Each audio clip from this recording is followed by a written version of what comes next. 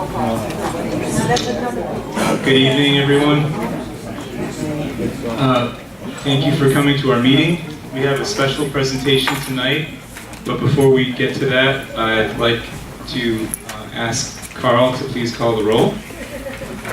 Oh, I'm sorry. It's now 7:26, and I call to order the meeting of April 28, regular Board of Directors meeting of April 28, 2015. Carl, please call the roll. John? Here. Don? Here. Hayden? Here. Wendy? Here. Marcio? Absent. Lewis? Absent. Carl? Here. We have a quorum. We have a quorum. Okay. It's now my pleasure to, tonight we have a couple of special guests from Broward County who are here to explain to us about the benefits of having a smoke-free community. Would you please go ahead? Do we have an extra mic for them? Please introduce yourself and you have the floor. Thank you very much. Thank you very much for having us tonight. My name is Matthew Compatello, and I'm with the American Lung Association.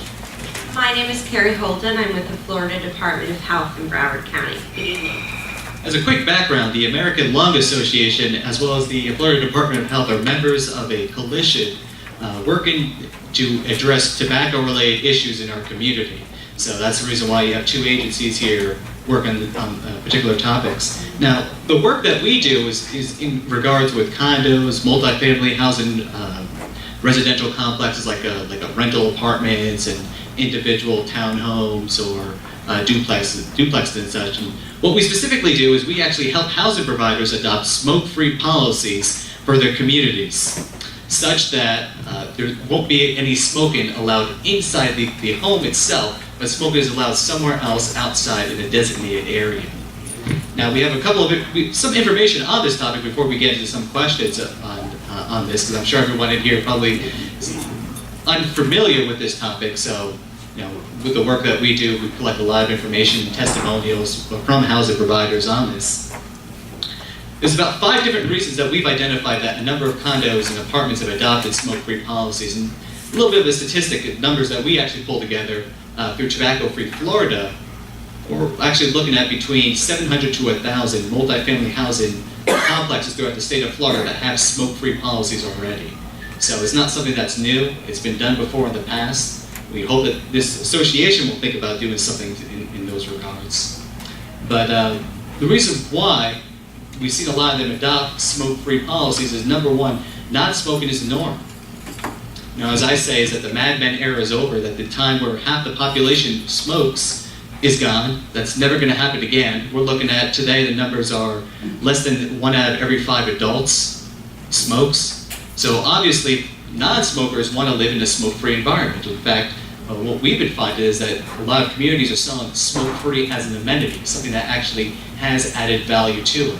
There's actually a few articles out in Realtor Magazine, for instance, actually highlighted this issue on the side of realtors, how they actually prefer selling a unit that doesn't have smoking before it is passed as opposed to one that does, for obvious reasons. There's the damage, there's the smell, less value that they could get in return from it. In fact, one of the quotes in one of the articles I'm referring to, a realtor states something to the effect of, if you can smell it, you can't sell it. So I think that pretty much clearly sums that up. But in addition to the financial incentives of having a smoke-free condo, we've also seen issues among associations that had fires before in the past caused by a cigarette or a cigar. A lot of these smoking-related fires are non-confined, meaning that they actually affect adjoining units, surrounded units. And something you gotta take into effect too is even units that aren't affected directly by the fire may be taken offline just because of the fact that what we're dealing with is the interconnectedness between the units, whether it be the water, the plumbing, the pipes, etc. In fact, in some cases, it's even just a carbon monoxide buildup. So associations have had issues before with fires in the past and are looking to mitigate from that in the future. Unfortunately, we have seen a lot of complaints from individuals. I know our office, for instance, has seen a lot of phone calls from women who have children with asthma. Their conditions are exacerbated by secondhand smoking, so they have to rush them into the emergency room. I've actually had one of the more serious and tragic circumstances that I've actually had to represent, there was a woman, an elderly woman in a condominium. She was on a lung transplant waiting list. So she wasn't going anywhere. She was confined into her unit, stuck with oxygen. On the day that she was going in for the transplant, she got tested and they found higher amounts of cottonide, which is a metabolite of nicotine, in her bloodstream. So in other words, the surgeon wouldn't perform the surgery. She was essentially taken off the list waiting to die just because of all the smoke that was being brought into her unit. So our organizations, of course, we're looking at this as a way of protecting non-smokers from the health effects of secondhand smoke. And finally, too, one of the things that's really coming out nowadays more often, a lot of us are becoming familiar with the dangers of secondhand smoke, and as well as third-hand smoke. Does anyone here know what secondhand smoke is? That's what's produced from a cigarette or cigar. How about third-hand smoke? Anyone hear about that before? That's one way, I suppose. I guess it could spread that way, but third-hand smoke has to do with the smoke that you wear, such that if you ever smell someone after they finished up a cigarette or a cigar, they had that smell to them. Well, what we're beginning to find out is that there's actually a health danger attached to that. And the same thing happens inside the unit itself too, is that when the smoke is spreading between unit to unit, it actually has a place to settle. A lot of the sediments in there, it actually poses a health hazard. That's all I have to say about the issue right now. I don't know if anyone has any questions for us that you want to specifically address. How do e-cigarettes fit into this whole picture? Now, that's an excellent question. There's actually a couple of things. Let me just go on the record first and say this, that the American Lung Association is currently taking a neutral stance on electronic cigarettes. We're very cautious and skeptical about what the industry claims, such as that it can help people to quit smoking. A lot of these claims haven't been validated. In fact, the FDA, the Food and Drug Administration, for instance, they're the group that actually has to validate those claims. They have yet to do that. So from our standpoint, the way how we're looking at it is, since it's really the industry, the tobacco industry that's making these devices and pushing them along, and they don't have the science behind them, Are we we don't allowing really- e-cigarettes or not? what, do we include it within smoke-free policy? Is that what you're asking? Yeah. We encourage that they're included in simply because two reasons. One, there's a compliance issue. From 20 feet away, I see someone putting something to their mouth and breathing it out. Whether it's vapor or smoke, I don't know, but it causes issues with compliance. So people will think that, okay, well, he's smoking, not knowing that he's vaping or whatever, not have you. It causes issues with that. And then we don't know yet what the verdict is on the health results or long-term health effects of it are, so why take that chance? Okay. I'm sorry, did you want to say Oh, something? no worries. I was just going to talk about, when you think about the Food and Drug Administration, for example, when we think about what's been approved to help people quit, such as the gum, the Nicorette gum, or the lozenge or the patch, that's something that's been researched. So we actually do know what's included in those items. And the e-cigarette is one of those items that the FDA hasn't looked into. So not quite certain what's in each one of those cartridges. And because it's not regulated, it might not be a standard. It might not be the same from batch to batch and what they include in that cartridge. Did that answer your question? Does anyone else have a question? Absolutely, back here. Oh, yeah, please.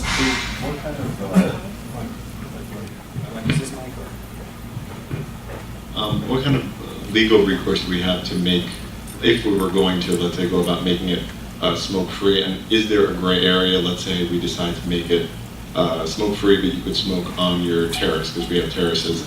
This way it doesn't actually infiltrate the common area, so forth. Is there a gray area, or is it all or nothing? And if it's all, how would you even go about it? I'll answer your question in a very general context. I mean, number one, I'm not an attorney, so I would also recommend that you would consult with your condo's attorney before going about any one of these processes. But in general, the way how the law looks at this is that smoking isn't necessarily a guaranteed or protected right. If you take a look at civil rights or privacy inclusions, things of these natures, none of the courts have yet to classify either smoking as a protected activity or smoker as a protected class. They'll recognize certain things about the individual that makes them protected, such as their race, their religion, their gender, etc. But smoking just isn't one of those yet. Very interesting that actually is somewhat tied into that are people with health disabilities are actually protected from excessive secondhand smoking and the consequences that can cause. So if you looked at someone with COPD, which is something that we deal with a lot is individuals with chronic obstructive pulmonary disorder. Essentially, their lungs are like blocks of concrete. So when they're exposed to excessive secondhand smoke, it exacerbates their condition. They can seek legal recourse, whether that be against the association or the neighbor that's actually caused the smoke. There's actually a court case here in Broward County in 2006 that was a lot along those lines. But as far as what the association could do in implementing a smoke-free policy, during your second part of your question, first off, you have to take a look at your governing documents to see what is specified in going through the process. Normally, the way how it works is that there had to be an approval process from all the owners voted in favor of it. It usually is about 67%, but we've seen, again, your documents are specified, but we've seen it sometimes as high as 75. And as long as you go through the proper protocol and, going through again all your T's crossed, your I's checked off, everything's all going through as far as protocol is concerned, there really should be no issue whatsoever. Yes, ma'am, in the back. Oh, yeah. Guess I'll play moderator too. I have a question. If you have, like you said, a condition, a medical condition, you have to come out of your building in that area in front of the buildings where they sit and they smoke, and it comes into the lobby. If you have a health issue concerning the secondhand smoke that you inhale, you said you could take legal measures?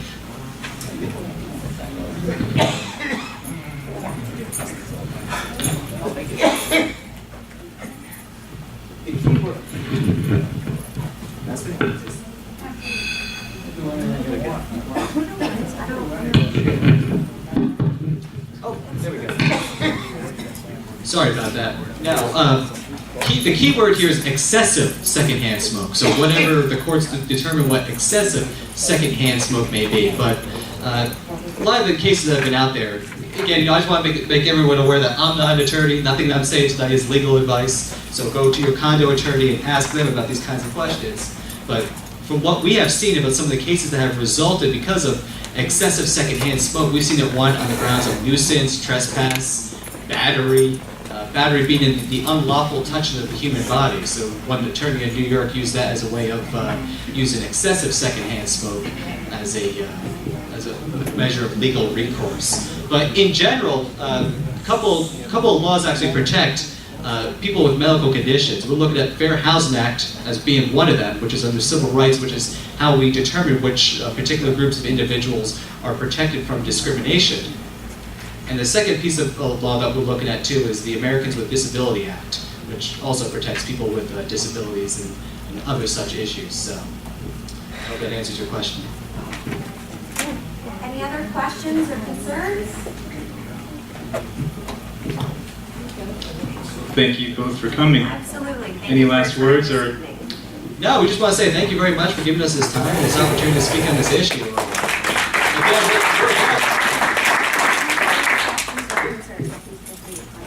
We're available to actually work with your community on this particular issue. So, we hope that you guys would consider going smoke-free, and we're with you 100% of the way.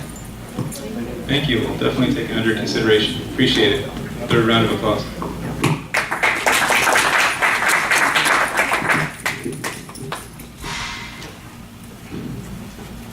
The next item on the agenda is the approval of the minutes from the previous meeting.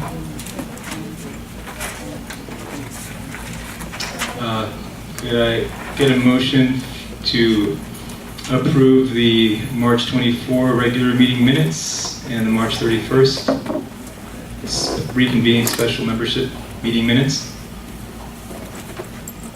You know what, I'll just make that motion. Can I get a second? Any objection to approval of the March 24 regular and March 31st special membership meeting minutes? Hearing none, approved. Thank you for coming.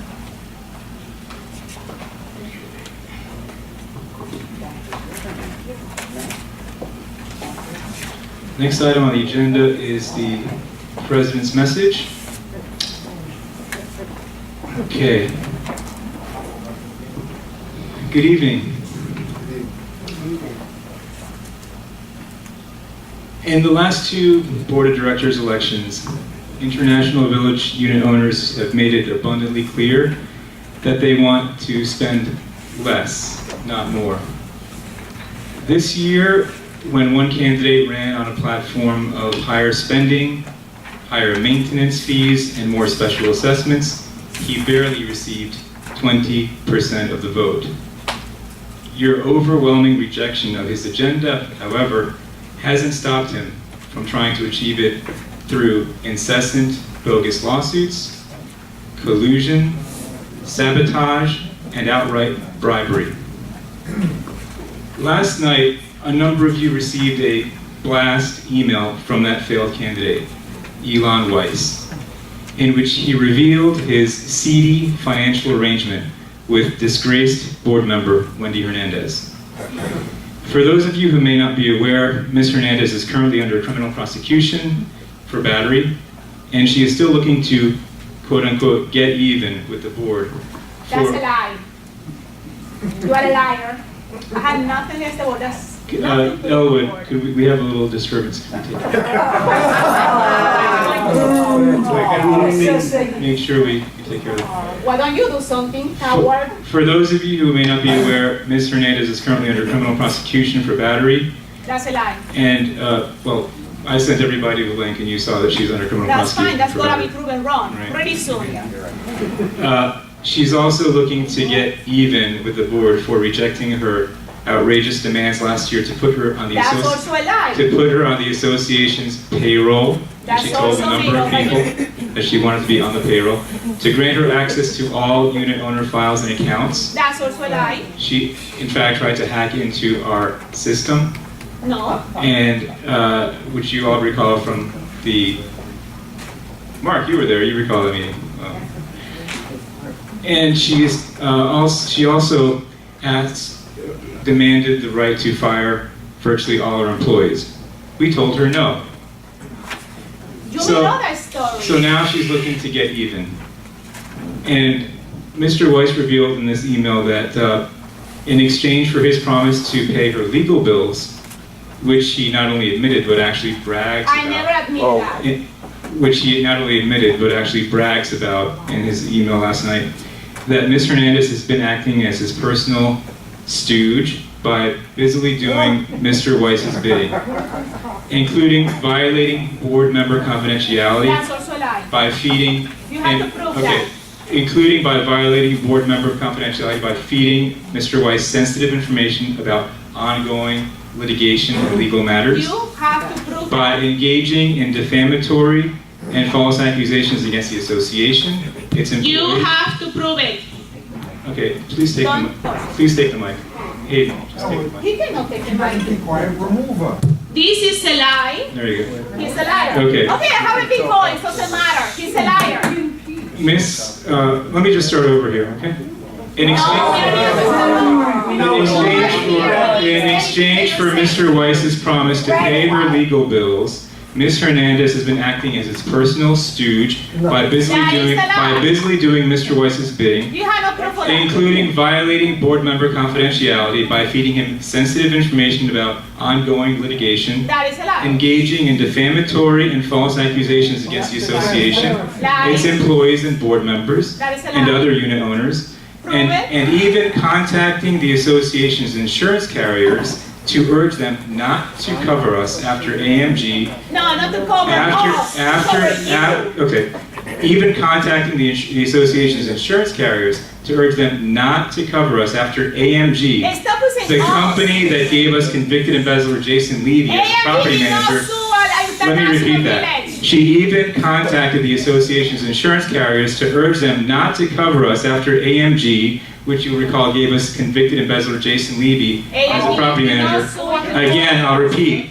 She even contacted the association's insurance carriers to urge them not to cover us after AMG vindictively sued us for firing them. Didn't sue. Most Didn't recently, again at Mr. Weiss's behest, Ms. Hernandez, joined by another disgruntled resident and Weiss follower, and a couple of you fit that description actually, invited the City of Lauderhill's Code Enforcement Department to visit International Village to look for violations of the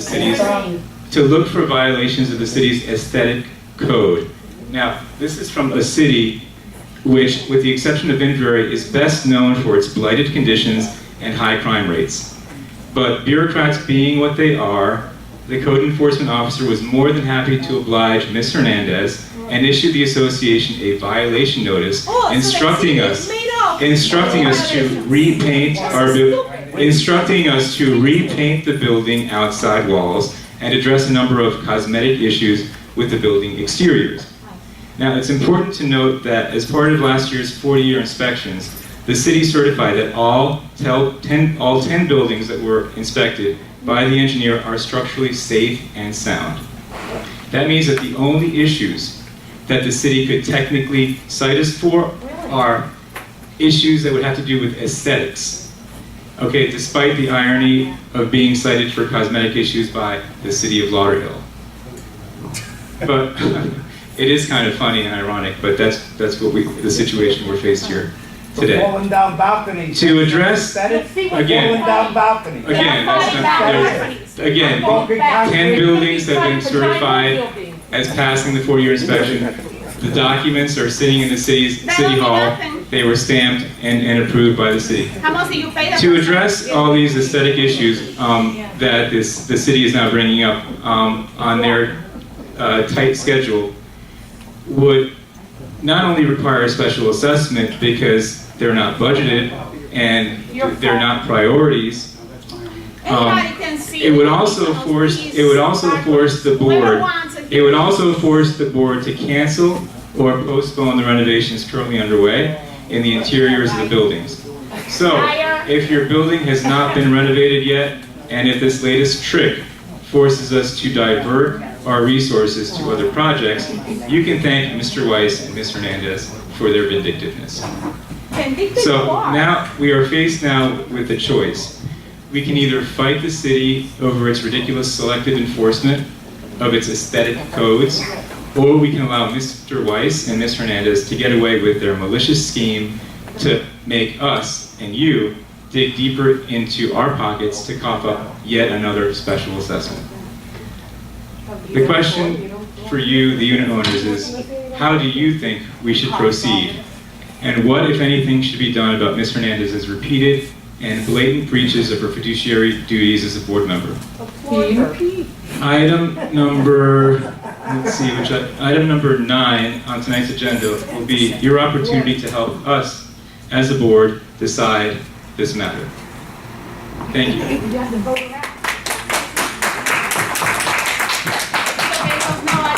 I don't think you can vote on The next item on the agenda is the treasurer's report. Since Marcio is absent, Hayden, would you do the treasurer's report? Did you prepare anything for the treasurer's report? How many times can you be out before you is off the board? 3. Treasurer's, do you have a treasurer's No report? answers. That's transparency. No answers. Okay. How many times has he been out? They're not lying for you. John, how Read many? the, 3 times. would you like to read the treasurer's? I've got the records. It's 3. It's right here. Jeff, what is it, 3? I'm not sure. I have according to my paper. 3 or 4. It is 3. I have my paper. I guess I got it this morning. Oh, they look at it. It's not on their phone. Testing. He's automatic.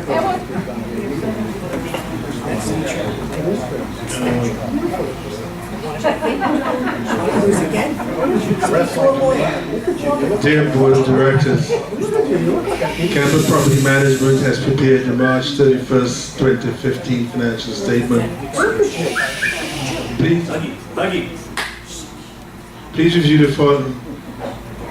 Okay. These are the highlights from the financial statement. The current month-to-date total payroll expenses are under budgeted by $8,639. The current year-to-date payroll expenses under budgeted by $11,344. The current month-to-date total maintenance is under budget by $9,928. The current year-to-date total maintenance is under budget by $38,000. The current month-to-date general administrative expenses over budget by $7,000. The current year-to-date general administrative expenses under budget by $3,000. The current month-to-date total expenses under budgeted by 14,000. The total year-to-date, the current year-to-date total expenses are under budgeted by 45,000. However, there's a caveat here in that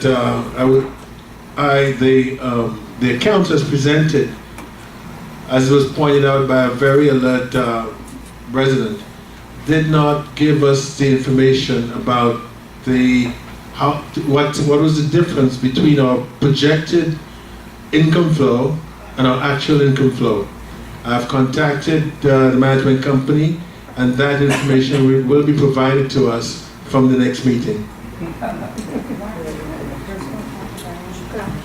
Yes, could we get a, we've asked for the last 3 months running where an audited financial report was. And for 3 months, you've been telling us a couple of weeks. No, that's a good question. I saw the question today on the internet. Somebody raised it on the internet. I will tell you why. We were scheduled to do the audit on time. When I came in, I looked at what raised my concern is that we were talking about a case with Alliance, a collection agency, and I asked for the supporting information for the receivables, which I figured should have been in the audit. So I called the audit firm and I said, can I have a look at your working papers because I want to use that figure in our action against Alliance. When they told me that they didn't have it, I said, how then did you verify the receivables? And they said they accepted a statement from Alliance that this was outstanding. I said, did you read the contract? So to cut a long story short, I started questioning figures on the financial statements, and I ended up having a meeting with the managing partner and the auditor in charge of the accounts. At the end, I recommended to the board that we not use them again. So, You use who, Alliance? no. The accounting, or the auditing firm? Yes. What happened to the money? So my question about Alliance. Yes, no, I'm Alliance, answering your question. Okay, go ahead. So this was like probably, I came in on November, all this was happening through December, and by January, the board decided they were not going to use the same audit firm. So we changed audit firms? Yes. How come nobody knows about that? It was a publication. This is financial There was a information that they meeting, shared with the people. no. It was shared at a public meeting, Jeffrey. You were not present. Do you want me It to was finish? shared. It was shared openly. Your question was why was the auditor statements not prepared in time? What's that? It was the January meeting. Okay, so now we're in May. Were you in here? I think I was. No, we didn't. We're now to May. How long? What's your name, sir? My name is Jeff Edwards. Right, Jeff. How do we go about selecting an audit firm? We have to have recommended. We have to choose from a selection of audit firms. We put out firms who are interested in doing an audit. Then we talk to the people, the representatives. Has that firm been picked? Yes, the firm is picked and the firm is working on it, but they're behind time because they did not start. Remember, we picked them up during the tax season. The tax season is the most busy season for any audit firm. So we had to make a decision. Do we give you an audit report that means that is not as meaningful, or do we give you an audit report that is significant? And I think the board went for significance. That sounds good. Right. Hang on. Okay. Hang on. So I got in touch with them about last week because according to the governing documents, that those financial statements should have been ready by the 31st of this month. Yes. So they sent me a letter about outstanding issues, and one of the outstanding issues is they had not received any response from Alliance. You understand? Yes. Right. So I have to talk to them to decide how best to deal with that issue, because you cannot verify the receivables from Alliance, which could be significant. Well, there's two different figures that have been submitted from Alliance, one in February and one in March. And those figures seem to have changed.